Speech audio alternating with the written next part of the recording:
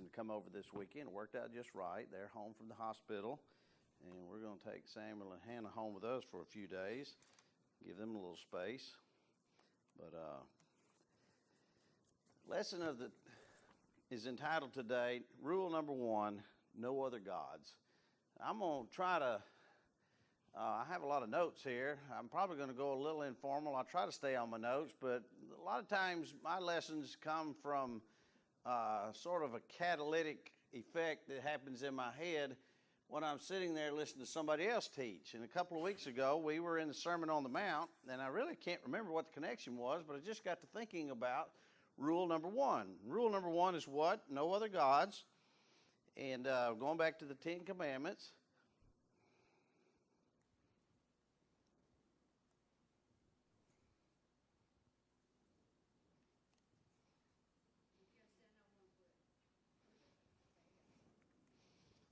Okay, green is on. No, maybe this is it. What am I doing, Johnny? I know we go through this all the time. It's my fault. Here we go. Exodus chapter 20, verse 3. Thou shalt have no other gods before me. And that's rule number 1. It's there in Hebrew if you want to try to read it. We may do that later. But the children of Israel had been where? They'd been down into Egypt. All you little people can help me. They've been down there for a good long while. Johnny, you're my friend. Thank you. We'll just keep going while you're doing that. And they had been exposed to a lot of different gods. I don't think the golden calf incident came out of a vacuum. Somewhere down in Egypt, they'd seen Egyptians worshiping a golden calf, and they decided they would just try to do the same thing, which was really a slap in the face of God. Moses is where? He's up on Mount Sinai. He's receiving the law from God, and he's going to come back down and give it to them. And, you know, they're breaking rule number 1 down there on the ground while he's up there getting it. And I got to thinking about that as I sit there in Sunday school, Wednesday night class 2 or 3 weeks ago. I'm like, you know, we don't worship Ra, and we don't worship Osiris and, you know, all those other strange-looking gods with bird heads and dog heads that the Egyptians worshipped. I know we do live in a world that, you know, people talk about Krishna and some of those type Hindu gods, and, you know, I might go as far to mention Allah, which is, you know, there's a relationship there between that and the word El or Elohim, but a very different God that we're talking about there. But as I said, well, how does that apply to me? What does it mean to me? What is a God? A God can mean a lot of different things. These personalized deities that we've talked about in the different major world religions, but I don't think that's going to touch you and I where we're walking here in 21st century America. You know, maybe if you live in a Hindu neighborhood, yeah, but what about where I am and the people that I work with? And in my own personal life, what does this rule say to me? Thou shalt have no other gods before me. I got to breaking that down. I'm looking at the before me. You know, and before me could be understood, you know, in 2 or 3 different ways. Might be temporal, before me, after me. Well, that's not what he's talking about there. I mean, worship me first, and then you worship whatever you want to later. That is not what he's talking about. It could mean before me, in front of me, as opposed to behind me. Well, not really quite the same thing. And I dug in there a little bit, and I think literally what the word means, don't have any other gods in my face. And I got to thinking about that. Okay, where can God not see? Anybody like to suggest a place that God cannot see? God sees everything. Fact of the matter is, he knows it before it happens, but God sees everything. And he says, you shall have no other gods in my face. And one commentary that I was reading talked about the idea of a husband-wife thing, for a man to bring in another wife in the presence of this first wife. What kind of an insult would that be, to have this woman in her face? And think about that for a minute. And that's some of what's going on here. You don't have anybody else in front of me, for I am a jealous God. And then I walked on down a little bit further in the commandments. What's rule number 10? Should have these memorized. Thou shalt not do what? Covet. Now that's a kind of a Bible type word. Are we getting anywhere with that, Johnny? Very good. Did you give it back to me? Oh, okay. Sorry. Thank you. You're very good. So I got, here we go. What are some American gods? We're going to get to that in just a minute if I can remember where I was with my thought. But to covet, to desire, to want. And then Paul, interestingly, at least in one place, picks up on the idea in Colossians 3, verse 5, talks about covetousness, which is what? Is idolatry. Now, how do those two words tie together? To covet, to want, to desire something that doesn't belong to me. I see my neighbor's wife. I see my neighbor's car. I see my neighbor's house, and I want it, and I'm going to get it whatever way I can. How is that, in Paul's language, idolatry? Well, he's saying those are gods. And God has told us, rule number 1, you shall have no other gods before me. So the idea is starting to roll around in my head as I think about other gods. What are some of those things that we covet, that we want, that we desire, that are important to us? And I kept thinking about it as I tried to define the word God. A God is something that captivates me, catches my interest. A God is something that controls me. Everything I do is for you. That's a song. But when we start doing for something, then that becomes our God. It controls me. It consumes me. It calls me. It characterizes me. And as I think about worshiping this God that I have put up here in front of me, I don't have a little graven image. That's rule number 2. But I do in a way. I have this little thing out there in front of me, and I'm worshiping it. And what are the sacrifices that I bring to this God? I bring to him the time that I spend focusing on this new God, and the money that I spend on this new God, and the thought process, it just consumes my thinking. And as I thought about God like that and not having any other gods besides God, then what are those things in the American conscience, the American lifestyle, Jerry's little world, the people that I work with, my own heart as I struggle to keep it with God? And I came up with a list. You're going to love this. They're all S's. First thing that comes to mind is the word self. Who among us doesn't worship self? I mean, there's the second commandment, love others as you love yourself. So there's a place for that. But then there's the other idea. If I say to you the word, you are selfish, is that a compliment? No, it's not a compliment. What does that mean, to be selfish? You're thinking about yourself. You don't care how it affects other people. It's all about me. And advertising has picked up on that. I am worth it. You are worth it. Go out and get this. And as you watch commercials on TV, you see this idea of self. Rule number 1, no other gods. Self needs to be put somewhere else. And if we violate and start to worship self and spend time and money and thought on self, it's all about me, then we're going to miss out on the relationship that we should have with the one true God. Number 2, and we got little people in the room. I don't want to go too far with this, but I live in a paper mill about 40 hours a week, and we have 2 or 3 things that we talk about. I don't think this is debatable. There's an industry out there that is $1 billion industry per year, and it is so easily and readily available to any and all of us. It just takes about 2 clicks, mouse click.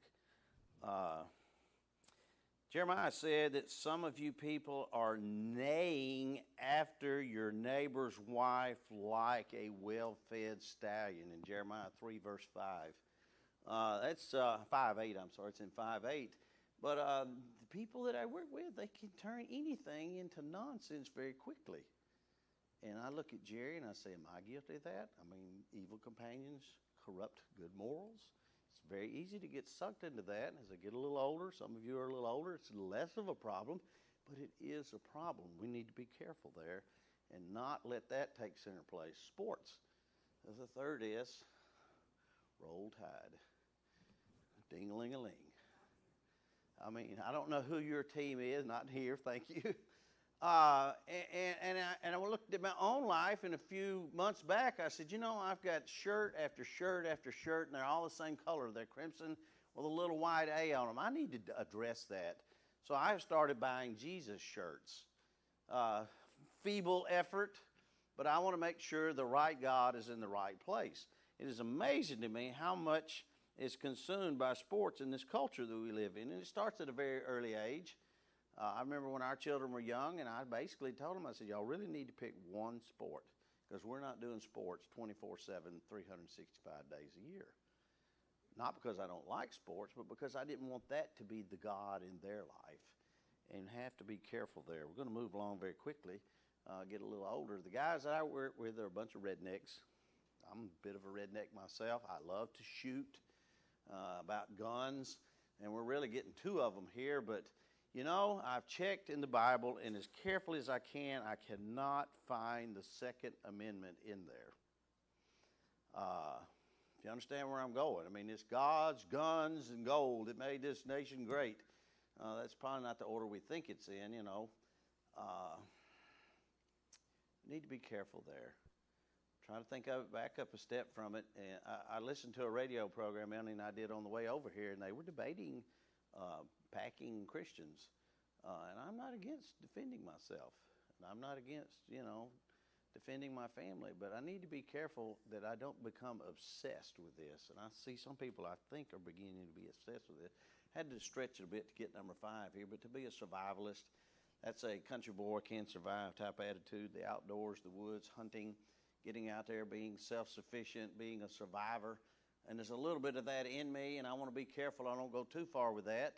I mean, God has told us to consider the ant. The ant's taking care of himself, but we really need to put God up there as the one that's protecting us and providing for us. Number 6 is I think about gods that we have in this country. The word shows. Hollywood doesn't start with an S, so I'll put shows there. But the entertainment world, theater, concerts, what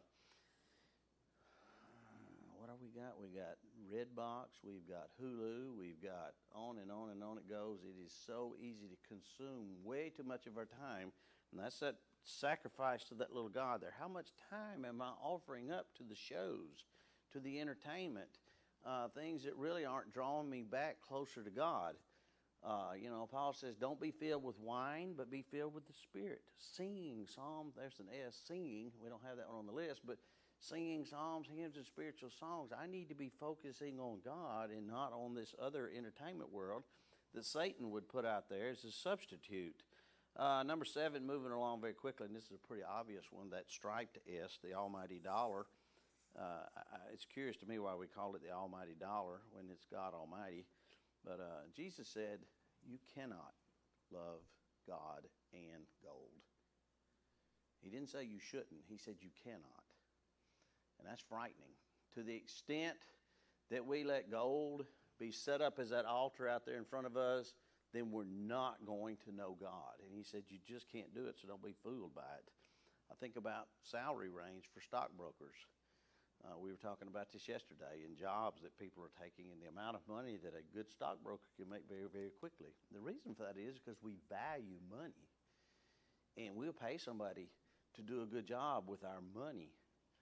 Then, sadly, I think about the salary range of these people and people that would bring the Word of God to us. I'm not criticizing anybody here. I'm just saying across the board, it's about like this.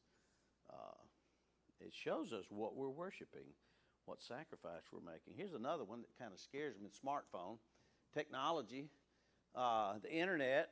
Jeremiah's internet was out, and his father-in-law was about to go crazy because he lives on his cell phone, and I don't know what all was going on there. And I know how it is in my life. When my family comes in, I have a very limited internet service provider, and I needed to get on there and take care of some stuff, but my brother-in-law was staying up late in the night and using up all my data. So I just went in there and turned the modem off and outsmarted him. He got up and was all growly the next morning because he hadn't get on the internet all night. The time and the money that we spend on technology, and I really don't think, I know God is everywhere, but he's not very easily found out there on the web. I watched 3 people last week in Sunday school in Tuscaloosa, and they all had out their little smartphones during Sunday school class. Raised an eyebrow, and this is Jerry being Jerry. And I said, oh, they've got a Bible app on there. And they were following along on their smartphone in the Bible. And I talk to people at work who have apps on there that bring in devotionals every day. So I know that God is in the web. The web's not God, but he's in there. And I also know there's a lot of other stuff in there that Satan has put in there. So we need to be very, very careful there that we not elevate that. We need to be careful there. My wife and I are shopping for a smartphone because my son sent me a nastygram that said if you had text, you'd have gotten the text like everybody else did. But here's your email. I'm just teasing. I have resisted it because I don't really think I need to invest that much money in it. But we're looking at cricket. Maybe we can get it for a little bit of money. Number next, I put the word sparkle there. It's amazing to me because I'm just a simple man. And I appreciate y'all. I don't see one tie in here this morning. That is amazing. I interviewed with a church one time, and they insisted the preacher had to wear a suit. I was suspecting they were going to have sacerdotal robes on next, and I was fixing to do a Tarzan on them. But the emphasis on sparkle, a new dress, new shoes, the latest and greatest. I got to have this Giovanni pocketbook. I don't even, is that a name, Giovanni? I think it might be. I'm good with Rustler jeans on and whatever this shirt is that Melanie found it dirt cheap, I guess. I don't know where she got it. What's my point? There needs to be less emphasis on the sparkle because it's going to take us away from the one that we would be focused on. Is that fair enough? It can become a God. Jesus was a simple man. And I want to be like him. I mean, when he was put up on that cross, they were gambling over his whole wardrobe right down there on the ground. He's just a simple man. He said, birds of the air have nests, foxes have holes, son of man doesn't even have a place to lay his head. There's nothing wrong with a house, nothing wrong with some nice clothes, but we need to be very careful there. We think about other gods that we can have in our life. Strength. This is a biggie, especially when you're in your 30s and 40s. It's far less important to me now, but it's amazing the amount of working out, building up the abs and the pecs and all that kind of stuff. Bodily exercise profits a little bit, but exercise into godliness, I mean, that is long-term benefit. And the amount of time that I see people putting into their body and looking good, and, I'm all for being healthy, but, they're working out, but they're not running that race that is set before us with perseverance. They're focused in the wrong direction. I don't want to be guilty of that. I don't want to be lazy spiritually. I'd rather be lazy physically than lazy spiritually is all I'm saying. As we look down through here, sunsets, this is one that really, I'll say, did closer for last because it's a knife in my back. I had to be careful. I like nature. I like the idea of travel. Melanie and I, Lord willing, are going to be on a trip here in a couple of weeks that my son-in-law is paying for, thankfully. There is a time and place for that, and when we're out there in nature, we can certainly worship God because there's a witness there of God, but we need to be careful that that's not the focus that we're placing. The idea of getting away and getting out there, I think this is a better place to be, to get closer to God. And I'm glad that you're here this morning. Number 12, kind of the same idea as the dollar, but it's not quite the same thing. The idea of success, bigger, better, faster, more. The idea of just getting as much as I can. Melanie and I hosted a couple this past week. Raj, his name is Raju Rapaka. He's not from around here, I promise. His wife's name, now this is interesting, her name was Victoria. I'm like, did they name you after Queen Victoria? They're from India, and I've seen pictures of their home, and they're kind of middle class over there where they are, and they walk into our house, and they're going like this, and I'm like, yeah, I do live better than 99% of the people in India. And then what's even worse, at the end of the day, Thursday, we had to take them up to Columbus, Mississippi, to meet up with their next contact. They're doing a tour of the U.S. right now, trying to make contact with mission boards and churches and, keep their work going. I'm going to stall here for a minute. Raj is an engineer by training. He has started about 40 churches in the state of Andhra Pradesh where he lives. He has trained men to go into Christian preaching, either full or part-time. He has a school that he started for about 600 local kids because of the public school situation there in India. 80% of whom are Hindus. I asked him, I said, what percentage of your students are Hindus? He said 80% of them. And they're handing out Bibles in one of the pictures. And I said, we can't do that anymore here. And he said, do what? These are Gideon Bibles. I said, the Gideons don't do that in the U.S. by and large anymore because we got too many people here stopping that thing. But I sit there and I watch this guy. And then we take him up to Columbus and we pull up in a neighborhood. And I'm like, ooh, they don't have a gate. They let us in here. And we drove on up to the man's house. I would say $1.5 million would be a reasonable estimate. And he had one of the, sorrier homes in the neighborhood. And we get out, and I'm like, and I sit there and I wondered about all of that. And then we get in the car coming back, and I'm being a bit judgmental. And Melanie says, you spent $7,000 on that Polaris Ranger you had. That would have built one of their church buildings. Success. How do I know when I'm a success? Well, success is not bigger barns with more junk in it. We need to be careful there how we measure success and make sure we're not worshiping the wrong one. It's 11:28. Let me go quickly through the other half of this lesson. Go positive for a minute. What are some less popular gods? And I'm really not talking about gods. I'm talking about guides that we can go through as we try to focus on the right God, because we do want to put him first and only. And I'm going to go quickly through these, but I think the first idea is the idea of surrender, to count the cost. All to Jesus I surrender. Luke 14 is a text you can read there. Number 2 is service. Jesus said, the greatest among you will be a what? You will be a servant.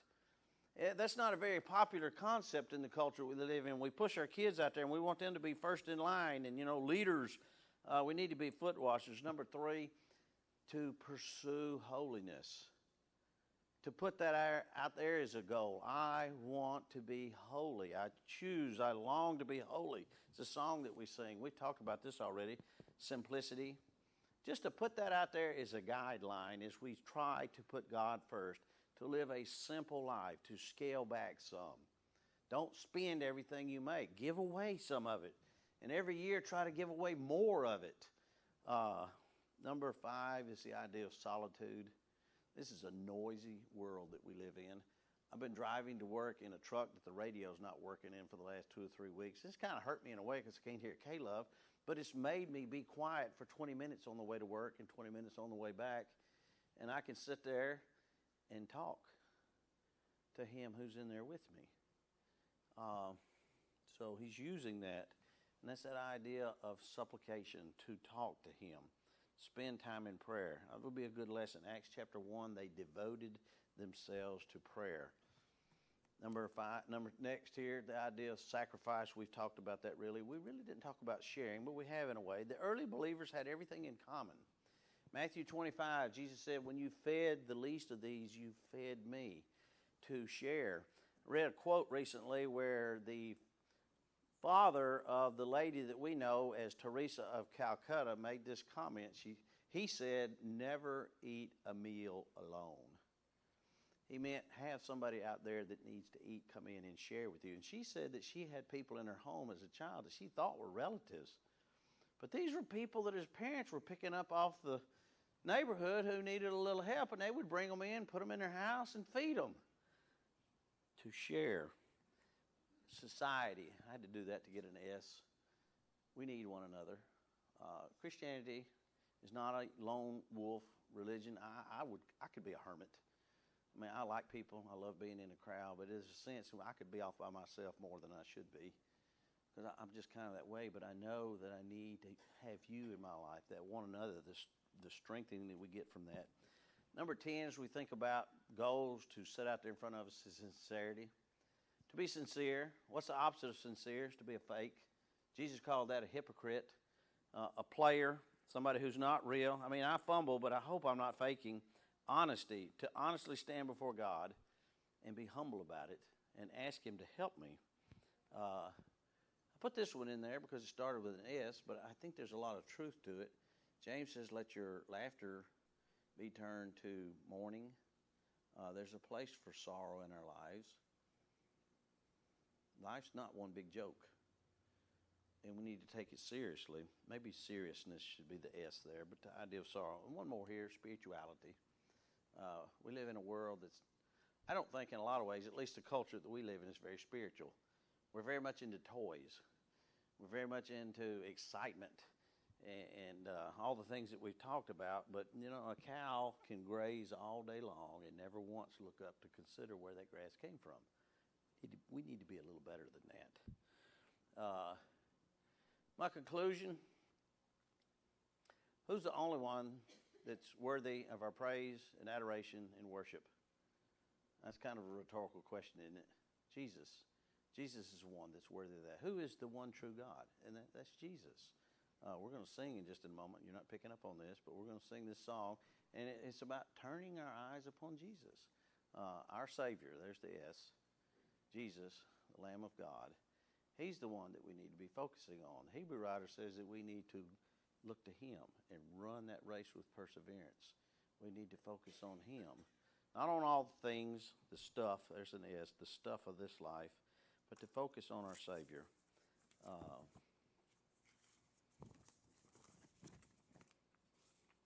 Been inside my head today. I hope it wasn't too scary in there.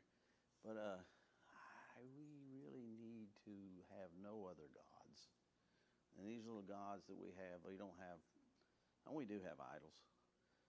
Maybe we can't see them, but we need to be very careful there about covetousness and not focusing on Jesus. If you need to respond to this lesson, maybe to start following Jesus, putting Him on baptism, maybe just to reconsecrate your life, or just right there where you're sitting. We're going to sing this song, and we're going to turn our eyes upon Jesus. Number, I had it marked till I dropped it on the floor.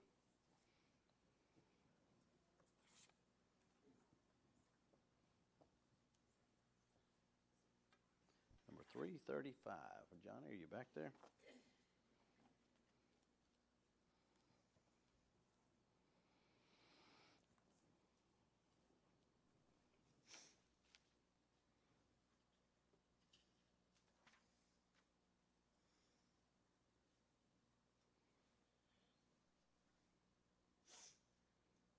I'm out of order, aren't I? But that's okay. I like this song. We're going to do it in this order.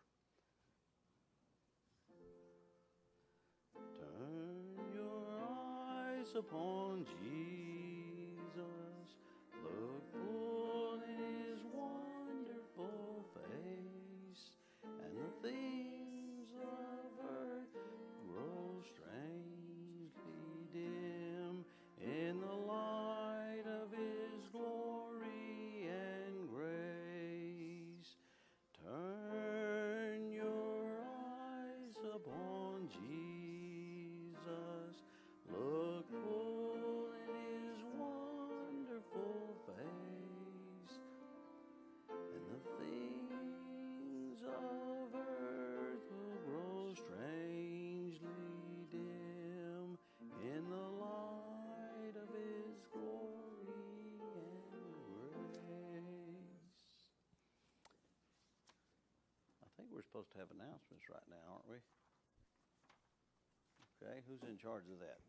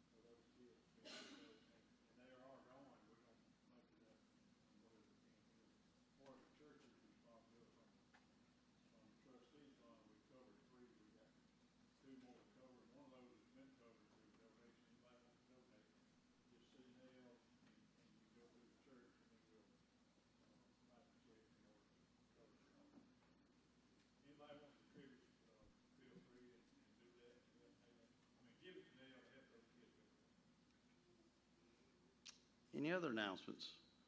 It's been announced about Joshua. Others? Who's having an anniversary? Mom and Dad, how many years? 46. 46. Well, congratulations. Shall we sing to them? Happy anniversary to you. Happy anniversary to you. Happy anniversary, David and Cormay. Happy anniversary to you. We do that where I go to church. They have that every Sunday for the week's anniversaries and birthdays. We're going to have closing prayer, and I think we're going to do the invitation song. It's a closing song after that. Brother Donnie, would you lead us? Father, it's been good to be in your house again today. We begin our worship of you today through prayer and thanking you, and we end our service today worshiping you and thanking you for who you are and what you have done for us and what you will be doing for us tomorrow and the next day as we return. As we are dismissed with your blessing, we trust, we ask you to be with us now as we depart this part of our building and assemble in another building that you have provided for fellowship, where we'll share a meal. We ask you to bless this food that we're about to consume. We pray that it will be nourishing for our bodies and give us the strength to go forward and continue to do your will. Thank you for the hands that prepared the food. Continue to bless them and strengthen them. Guide, guard, direct us in all we do. Protect us from evil until we meet again. Thank this thanks in Christ's name. Amen. Let's stand and sing this closing hymn, and we'll dismiss.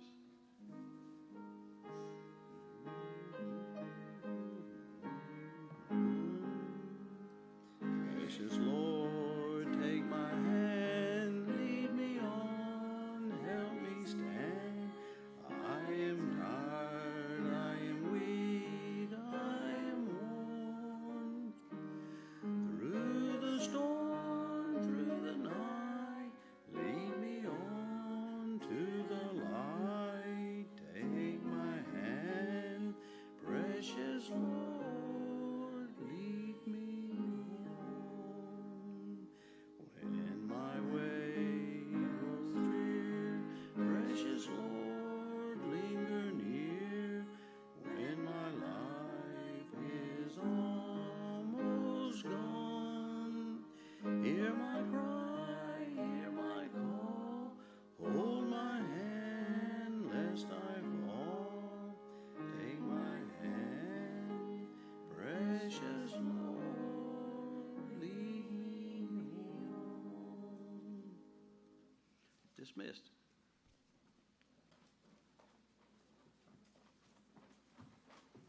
Hey, sweetie. Hey, sweetie, you hungry?